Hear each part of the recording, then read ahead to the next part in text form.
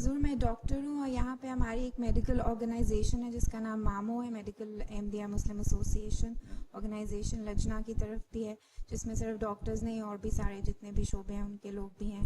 تو آپ لجنا کی بحیثیت سے ہمیں کیا رہنمائی دیں گے کہ ہم لوگ اس آرگنائزیشن کے تحت کیا کر سکتے ہیں یہاں جرمنی میں؟ کیا کر سکتے ہیں؟ جو آپ کے بنایا نہیں ہوا بائی لاز یا اصول و ضوابط یا لائحہ عمل بنایا نہیں ہوا؟ حضور ابھی ہم 1 سال ہوا ہے یہ آرگنائزیشن کو زیادہ ایکٹیو. میڈیکل ایسوسیشن میں یہ ہے کہ آپ لوگ، ایک تو یہ ہے کہ جو میڈیکل ایسوسیشن ہے اس میں وقف عارضی کے لیے جائیں، ٹھیک ہے. جی حضور. افریقہ میں ہمارے اسپتال ہیں، وہاں جا سکتے ہیں ایم ڈی ڈاکٹر وقف عارضی کے لیے. فضل عمر اسپتال ربا میں جا سکتی ہیں، قادیان میں جا سکتی ہیں، جی حضور.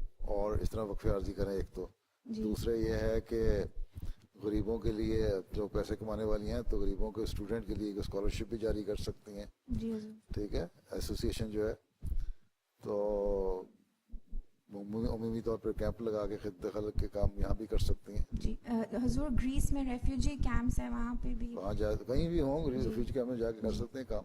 جی جزاک اللہ.